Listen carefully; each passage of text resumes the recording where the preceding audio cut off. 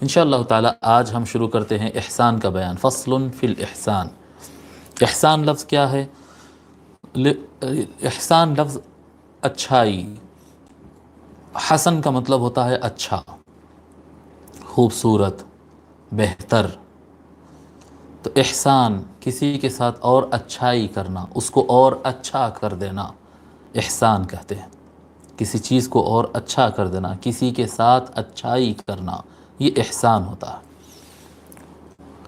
اس کا اپوزٹ آتا ہے اساءہ، اساءۃن، اساءہ کسی کے ساتھ برائی کرنا، خراب کر دینا، اساءۃن۔ ولا تستوی الحسنۃ ولا السیئہ، قرآن کریم میں آیا حسنہ اور سیئہ برابر نہیں ہوتی، یہ دونوں اپوزٹس ہے۔ حسنہ نیکی، اچھائی، اور سیئہ برائی، بدی۔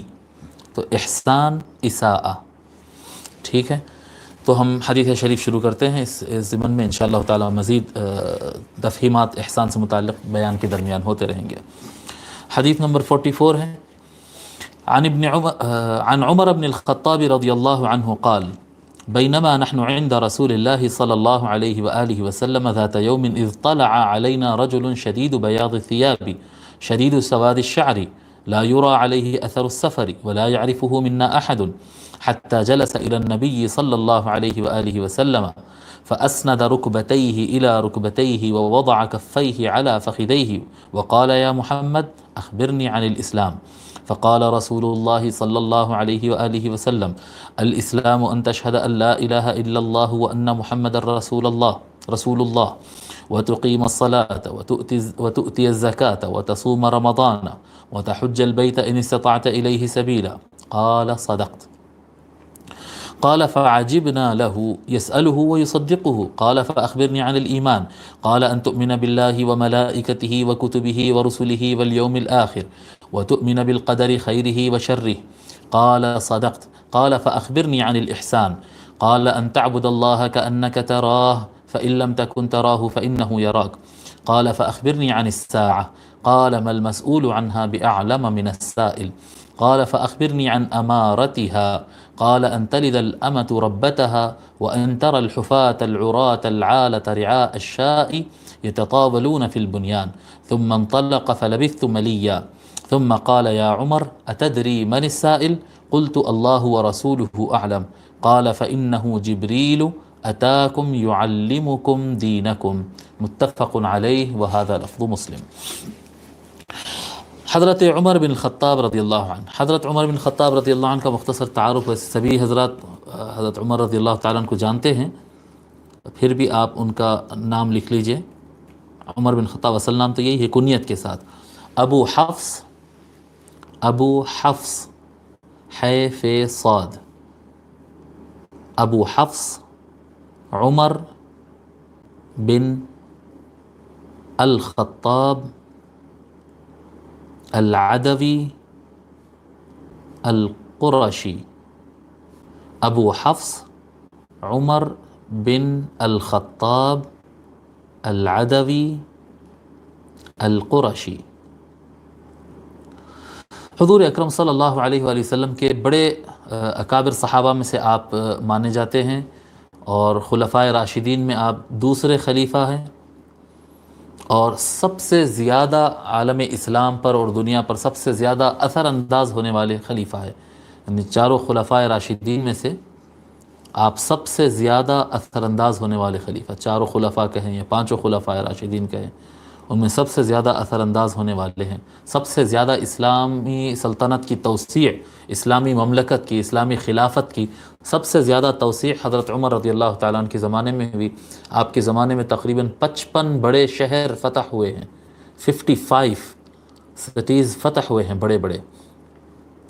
اور یہ جو ہجری کیلنڈر ہوتا ہے، اسلامی کیلنڈر جو ہمارے پاس اسلامی کیلنڈر کہتے ہیں، ایکچوئل ہجری کیلنڈر ہے جو چاند سے چلتا ہے، اس کے فاؤنڈر بھی آپ ہی ہے۔ آپ ہی کے زمانے سے چاند کا سال گنا جانا شروع ہوا۔ شروع تو ہوا حضور صلی اللہ علیہ وسلم کی ہجرت سے، لیکن اس کو تیار انہوں نے کیا، ان کے زمانے میں ہوا یہ کام۔ آپ کی بہت زیادہ فضائل ہے، حدیث شریفہ میں ہے۔ حضور اکرم صلی اللہ علیہ وآلہ وسلم کا فرمان ہے، اللہم اعز الاسلام بعمر بن الخطاب، اے اللہ اسلام کو قوت عطا فرما عمر بن الخطاب سے رضی اللہ تعالی عنہ۔ تو بڑا مقام ہے حضرت عمر رضی اللہ تعالی عنہ کا۔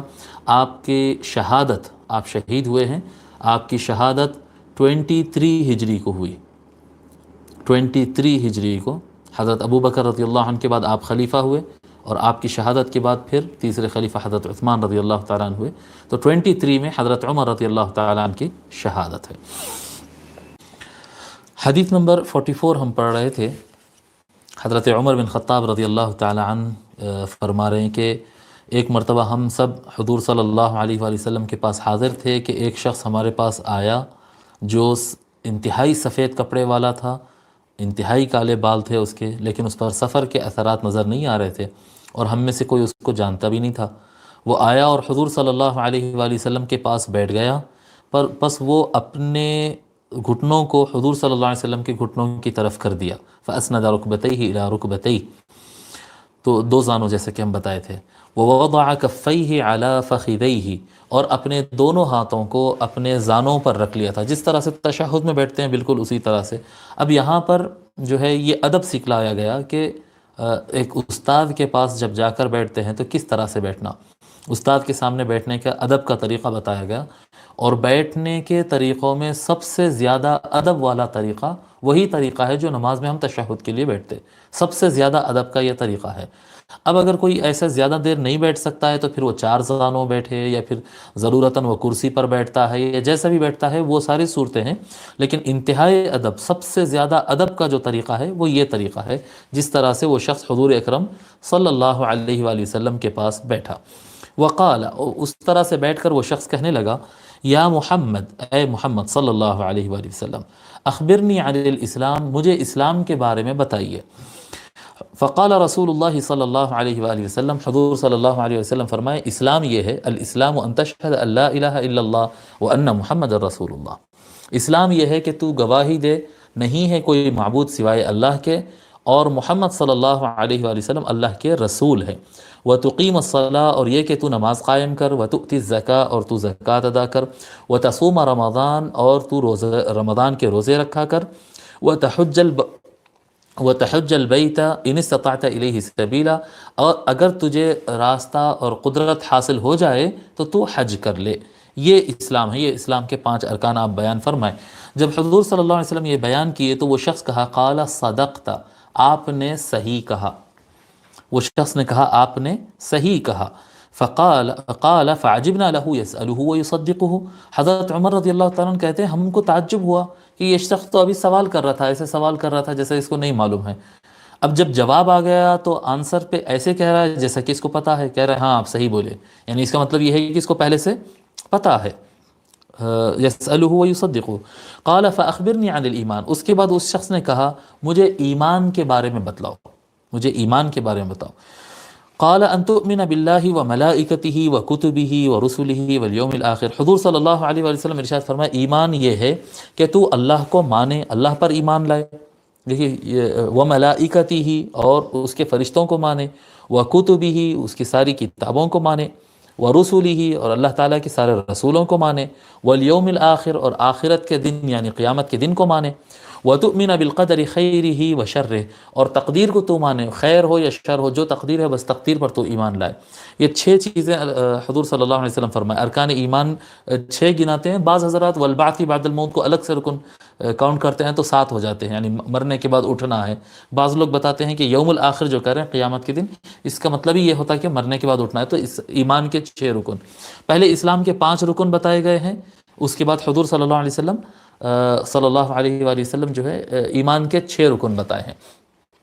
اب ان دونوں ارکان کے درمیان، اسلام اور ایمان کے ارکان کے درمیان یہ فرق ہوا کہ اسلام جو ہے، اسلام کے 5 ارکان ظاہر کے ہیں، غور کریے آپ اس کے اوپر، 5 ارکان، نماز پڑھنا ہے نظر آنے والی چیز، زکوٰۃ دینا نظر آنے والی چیز، روزے رکھنا نظر آنے والی چیز، حج کرنا نظر آنے والی چیز، ایون اشہد ان لا الہ الا اللہ کہنا، تو گواہی دے کہ نہیں ہے کوئی معبود سوائے اللہ کے، تو مان لے کہ نہیں ہے کوئی معبود سوائے اللہ کے نہیں کہا جا رہا، گواہی دے کہہ رہے ہیں، یعنی ظاہر کر، بول، اظہار کر، لکھ کر بتا، جی جس طرح سے تو ظاہر کر سکتا ہے ظاہر کر کہ میں اللہ تعالیٰ کو ہی اپنا معبود مانتا ہوں اور کسی سے شرک نہیں کرتا، اور حضور صلی اللہ علیہ وسلم کو اللہ کا رسول مانتا ہوں. تو ارکان اسلام کے پانچوں ارکان، اسلام کے پانچوں ارکان ظاہر ہے. اس کے برخلاف ہم دیکھیں گے ایمان کے جو ارکان ہیں، اللہ کو ماننا، اب اس میں نہ بولنا ہے نہ کچھ کرنا ہے.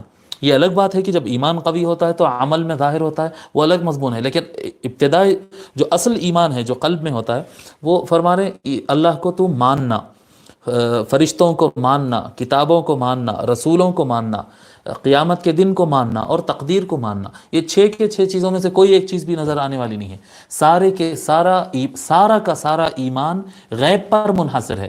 حضور صلی اللہ علیہ وسلم نے بتا دیا ہے اور ہم کو ماننا ہے، دل سے ماننا ہے، کرنا کچھ نہیں ہے. فرشتوں پر ایمان لاؤ، کرنا کیا ہے؟ کرنا کچھ نہیں ہے، بس ماننا ہے کہ فرشتے ہیں.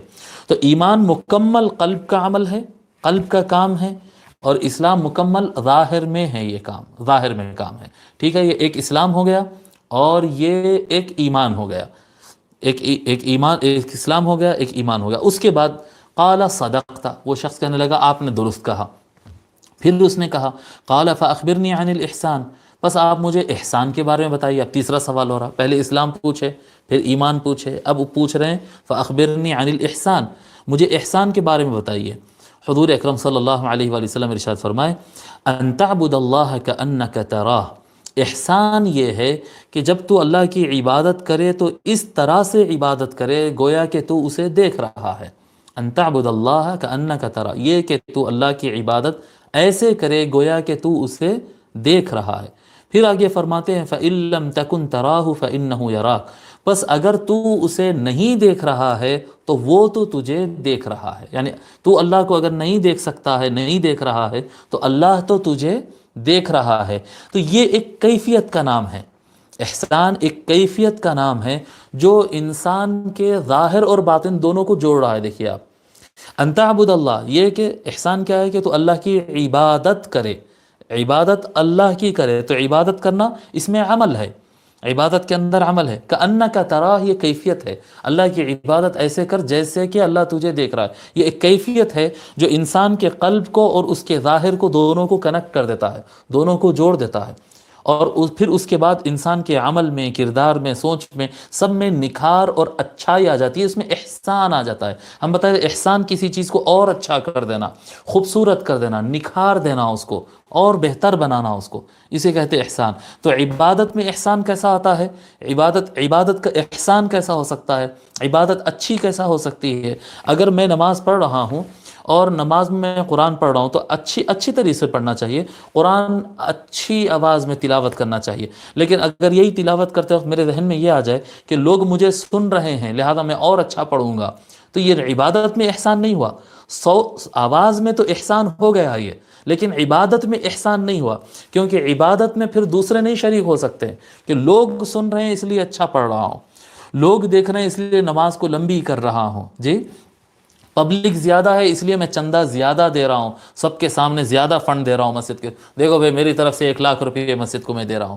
یہ کیا ہے؟ لوگ اس کے اندر نیت میں لوگ آ گئے، لوگ مجھے دیکھ رہے ہیں. یہ جو تصور آ جاتا ہے تو یہاں پر ریا آ گیا، تو یہاں پر احسان ختم ہو گیا. عبادت میں، صدقے میں تو احسان ہے کہ 1,000 روپے کے بجائے آپ 10,000 دے رہے ہیں، 10,000 کی بجائے 1,00,000 دے رہے ہیں. کوانٹٹی میں تو احسان ہو رہا ہے، لیکن عبادت میں احسان باقی نہیں رہا. عبادت، احسان کا اسلام میں جس کو احسان کہتے ہیں وہ یہ ہے کہ آپ کی عبادت میں احسان ہونا، آپ کی عبادت میں نکھار آنا ہے. ان تعبد اللہ کأنک تراہ فإن لم تکن تراہ فإنہ یراک، اگر تو اسے نہیں دیکھ رہا ہے، اللہ کو نہیں دیکھ رہا ہے، تو اللہ تو تجھے دیکھ رہا ہے. پھر نمبر 1 یہ بات ہوئی. نمبر 2 یہ بات ہوتی ہے کہ احسان ہمیشہ رہتا ہے. وہ کیسا؟ یعنی اسلام کے اندر عبادت صرف نماز پڑھنے کو نہیں کہتے ہیں، یہ صرف نماز پڑھنا، روزہ رکھنا، حج کرنا، قرآن کی تلاوت کرنا، تسبیح پڑھنا، صرف اس کو عبادت نہیں کہتے ہیں. حضور اکرم صلی اللہ علیہ وآلہ وسلم پوری زندگی کو عبادت بنا دی ہے. یعنی جب کبھی آپ زندگی کے اندر جو بھی کام آپ کر رہے ہیں، اگر وہ کام آپ یہ تصور کرتے ہوئے کر رہے ہیں کہ اللہ مجھے دیکھ رہا ہے، جی میں اللہ کے سامنے، اللہ کے، تو لہذا مجھے وہ کام صحیح کرنا ہے، بس یہ عبادت ہو گئی. بس یہ عبادت ہو گئے. اور آپ کچھ بھی کام کر رہے ہیں، آدمی خرید رہا بیچ رہا ہے، آدمی دکان چلا رہا ہے، آدمی بزنس کر رہا ہے، تو بزنس کرنا عبادت ہے، بزنس کرنا عبادت ہے. آدمی اپنی فیملی کے ساتھ وقت گزار رہا ہے، فیملی کے ساتھ وقت گزارنا عبادت ہے، صحت کا خیال کرنا عبادت ہے، کپڑے پہننا عبادت ہے، پانی نہانا عبادت ہے، نیند لینا عبادت ہے۔ اسی لیے تو یہ سب چیزوں کو عبادت بنانا تھا، اسی لیے تو اللہ تبارک و تعالیٰ اپنے رسول کو بھیجا اور انسان اور بشر کے روپ میں بھیجا، اور سارے لوازمات جو انسان کو ضرورت پڑتے ہیں وہ سارے ان کو لگا دیا۔ اب نبی صلی اللہ علیہ وسلم کھانا کھاتے ہیں تو کھانا کھانا بھی سنت ہو گیا، سونا بھی سنت ہو گیا، کپڑا پہننا بھی سنت ہو گیا، شادی کرنا بھی سنت ہو گیا، بچے سنبھالنا بھی سنت ہو گیا، جی بزنس کے لیے جانا بھی سنت ہو گیا، نوکری اور ملازمت کرنا، حضور صلی اللہ علیہ وسلم ملازمت بھی کیے ہیں، جاب بھی کیے ہیں، تو جاب کرنا بھی سنت ہو گیا۔ سمجھ میں آ رہی بات؟ تو آقا علیہ الصلاۃ والسلام کے ذریعے اللہ تبارک و تعالیٰ نے ساری زندگی کو عبادت بنا دیا۔ اب یہ عبادت میں نکھار جو ہے، جیسا حضور صلی اللہ علیہ وسلم نے عملاً کر کے بتایا ہے، اگر ہم چاہتے ہیں ہماری زندگی کا ہر لمحہ عبادت میں کنورٹ ہو جائے، تو بس یہ آپ تصور کریں کہ جو بھی میں کر رہا ہوں اس میں یہ یاد رہے کہ اللہ مجھے دیکھ رہا ہے، لہذا مجھے یہ کام اچھے سے کرنا ہے، خراب نہیں کرنا ہے۔ غصہ آ جاتا ہے، غصہ آنا نیچرل ہے، حضور صلی اللہ علیہ وآلہ وسلم کو بھی غصہ آیا، حضور صلی اللہ علیہ وآلہ وسلم کو بھی غصہ آیا، حضور صلی اللہ علیہ وآلہ وسلم کو بھی ہنسی آئی، حضور صلی اللہ علیہ وآلہ وسلم کو بھی یعنی کیا کہتے ہیں حماس اور جوش آتا تھا، یہ ساری چیزیں ہوتی تھی۔ لیکن ان چیزوں میں جب خدا سامنے ہوتا ہے، جیسے آقا صلی اللہ علیہ وسلم ہم کو تربیت دیے، جب خدا نگاہوں میں ہوتا ہے کہ بھئی اللہ مجھے دیکھ رہا ہے اور یہ تصور برقرار رہتا ہے، تو آدمی پھر غصے میں بھی غلطی نہیں کرتا ہے، پھر خوشی میں بھی انسان غلطی نہیں کرتا ہے۔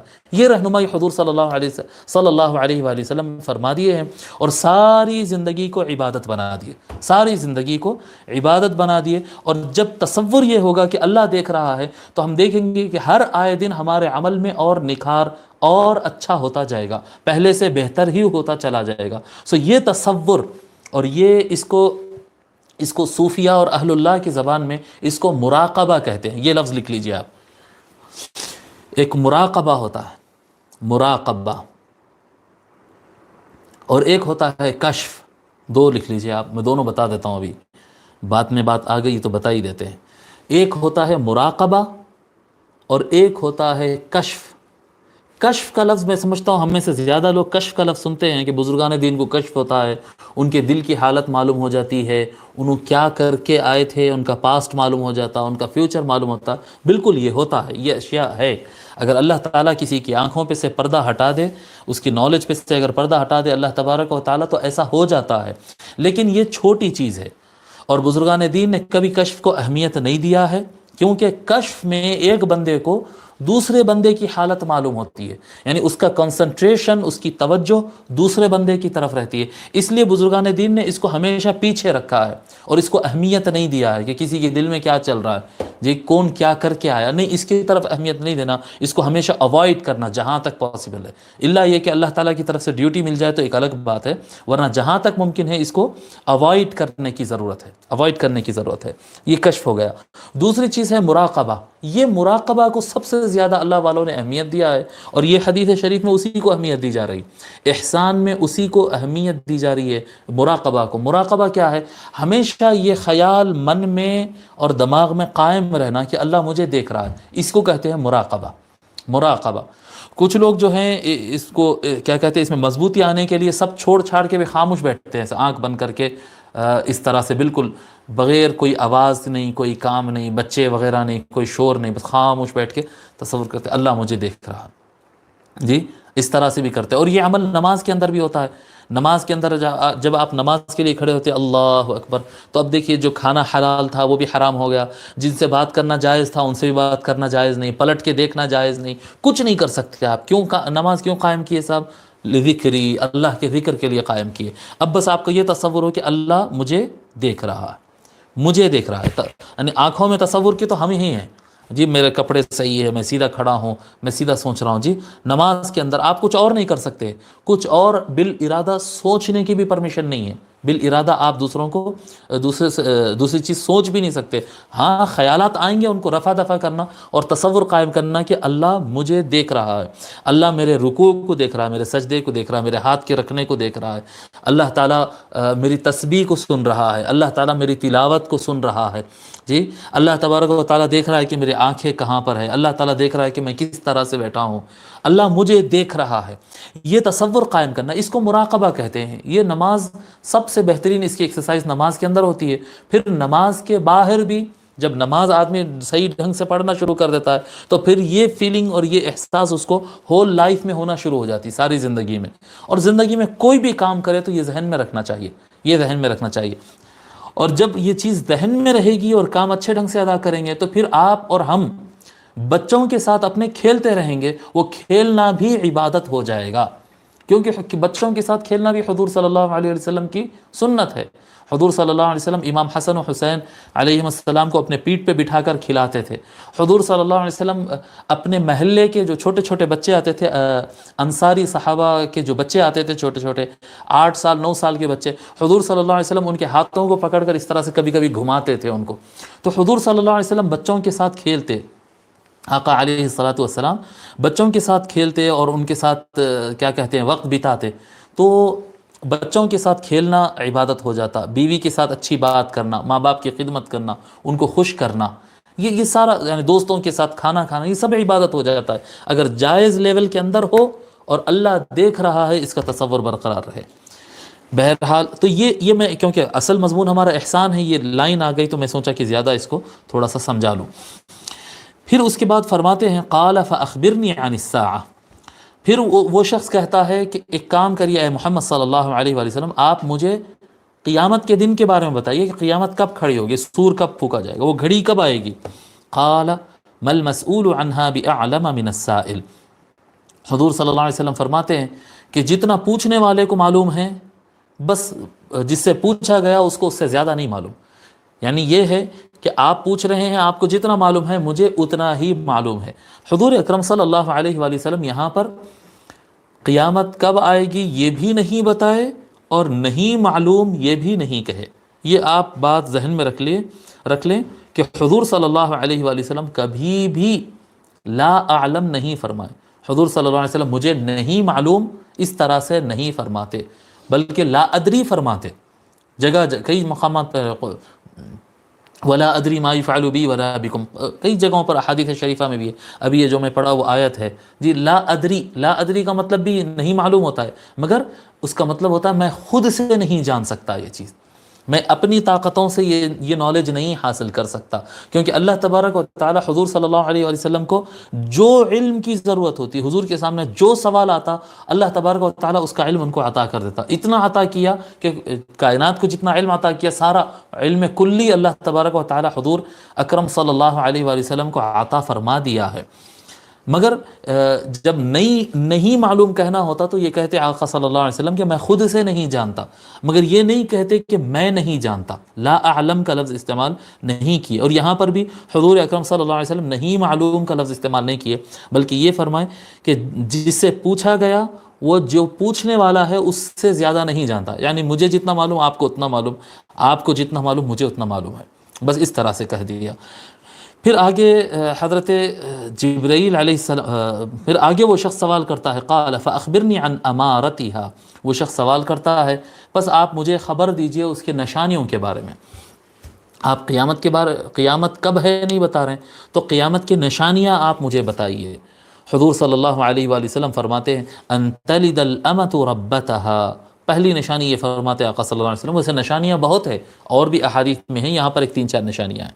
فرماتے ان تلد الامۃ ربتها، باندی یا بیٹی کیا کہتے خاتون خود کو تربیت کرنے والے اور خود کو پالنے والی کو پیدا کرے گی.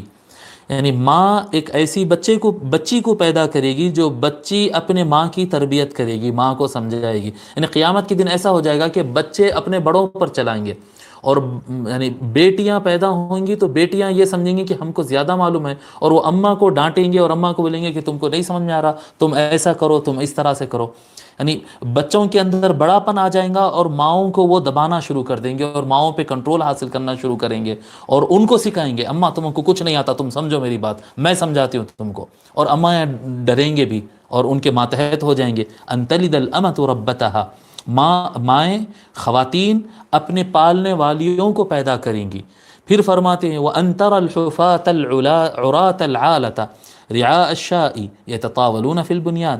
فرماتے آقا صلی اللہ علیہ وسلم یہ بھی ایک علامت ہے قیامت کی کہ آپ دیکھیں گے کہ ننگے پاؤں رہنے والے، ان تَرَى الْحُفَاةَ، آپ دیکھیں گے ننگے پاؤں والے، العرات ننگے بدن والے جن کو برابر کپڑے پہننا نہیں آتا، العالتا افلاس کی حالت میں رہنے والے جن کا فائنانشیل پوزیشن نہایت کمزور ہوتا ہے، ان کے ہاتھ میں پیسہ نہیں ہوتا ہے. جی، ننگے پاؤں رہنے والے، ننگے بدن رہنے والے جن کے پاس پیسہ نہیں ہوتا ہے. رعاء الشاء، یہ بکریاں چرانے والے، رعاء الشاء بکریاں چرانے والے، دھنگر کہتے ہیں نا ہمارے یہاں ہندوستان میں اور حیدرآباد میں دھنگر کہتے ہیں، بکریاں چرانے والے. یتطاولون فی البنیان، ایسے لوگ کو آپ دیکھیں گے کہ یہ لمبی لمبی بلڈنگوں میں ایک دوسرے سے مقابلے کرتے رہیں گے، میری بلڈنگ کے اتنے فلور ہے، تیرے بلڈنگ کے اتنی فلور ہے، میں نے اتنی ہائٹ بنائی، میں نے. یتطاولون فی البنیان، یعنی اس زمانے کی بات ہے یہ جب کہ لمبی عمارتوں کا تصور نہیں تھا، ایک دو فلور ہو جائے تو بہت زیادہ ہے.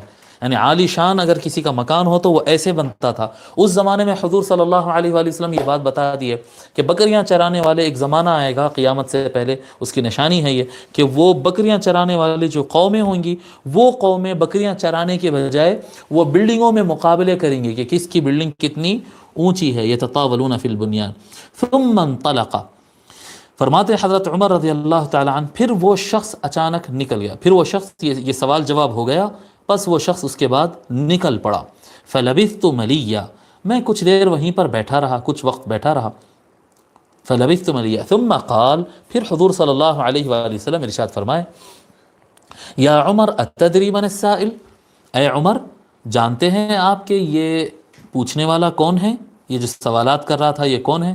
قلت اللہ ورسولہ اعلم، میں نے عرض کیا اللہ اس کا رسول بہتر جانتا ہے. یہ لفظ تو آپ لوگ کو سبھی کو یاد ہو گیا ہی ہوگا، اللہ ورسولہ اعلم. حضرت عمر رضی اللہ عنہ کہتے ہیں میں نے کہا اللہ اس کا رسول بہتر جانتے ہیں. قال فإنه جبریل اتاکم یعلمکم دینکم، پس بے شک وہ جبریل ہے، وہ آئے تھے تاکہ تم کو تمہارا دین سکھائے. جبرائیل علیہ السلام وہ اللہ تعالیٰ کے فرشتے تھے، اسی لیے تو کوئی پہچان بھی نہیں رہا تھا ان کو، اور سفر کے آثار بھی نظر نہیں آ رہے تھے، وہ انسان کے روپ میں آ کر بیٹھے. اتاکم یعلمکم دینکم، وہ تمہارے پاس آئے تھے. آج حضور صلی اللہ علیہ وسلم کے پاس تو ہمیشہ آتے لیکن انسانوں کو نظر نہیں آتے تھے. اتاکم، وہ تمہارے پاس آئے تھے، یہ تم کو دکھنے کے لیے آئے تھے، تمہارے پاس آئے تھے. یعلمکم دینکم، تاکہ تم کو تمہارا دین سکھائے. جب حضور صلی اللہ علیہ وآلہ وسلم سے وہ سوال کرتے، حضور جواب دیتے، تو حاضرین محفل جو ہے، جو بھی صحابہ بیٹھے تھے، وہ سب دین سیکھ رہے تھے، دین سیکھ رہے تھے. ٹھیک ہو گئی یہ بات. یہ جو حدیث ہے، یہ حدیث اس کو حدیث جبرائیل کہتے ہیں، حدیث جبرائیل کہتے ہیں، اور یہ بہت یعنی اہم ترین احادیث میں سے ایک ہے. یعنی فن حدیث میں جب کبھی حدیث جبریل کہیں گے تو یہی حدیث مراد ہوتی ہے. اکثر کتب میں یہ حدیث شریف موجود ہے، تقریباً ساری کتب حدیث میں یہ حدیث شریف موجود ہے.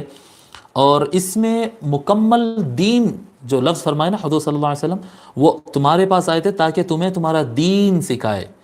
دین اسلام سکھا رہے تھے، ہول دین اسلام. اب میں آپ کو اس میں بتاتا ہوں کہ دین اسلام کے 3 پارٹ بنتے ہیں، 3 پارٹ. دین اسلام کے اندر 3 برانچ بنتے ہیں. ایک ہوتا ہے اسلام کے اندر، ایک ہوتا ہے اسلام، ایک ہوتا ہے ایمان، اور ایک ہوتا ہے احسان. یہ 3، اسلام، ایمان، احسان، ان تینوں کا جب بنچ بنا دیتے ہیں، ان تینوں کو جب آپس میں ملا دیتے ہیں، جب یہ بنتا ہے دین اسلام، یہ مکمل دین اسلام بنتا. ایک جب صرف اسلام کہیں گے، جی صرف اسلام کہیں گے تو اس کے اندر عبادات ہے، ظاہری ایکشنز ہے. ایمان کہیں گے تو صرف قلب کے اندر ایمان لانے کا معاملہ ہے. احسان جب کہیں گے کیونکہ یہ دونوں کو متعلق کرنا اور دونوں کے اندر نکھار پیدا کرنے کا کام ہے، کیفیت کا نام ہے. یہ تینوں چیزوں کو جمع کر دینا یہ دین اسلام ہوتا ہے، اور اس کے اندر مکمل اسلام یعنی اسلام کی ایک برانچ اسلام کہلاتی ہے. اسلام کے ماتحت پھر ایک برانچ اسلام، ایمان اور احسان، اس طرح سے. تو یہ حدیث شریف میں مکمل اسلام کے بنیادیں سکھائی گئی. اس حدیث کو امام بخاری اور مسلم دونوں نے روایت کیا، متفق علیہ.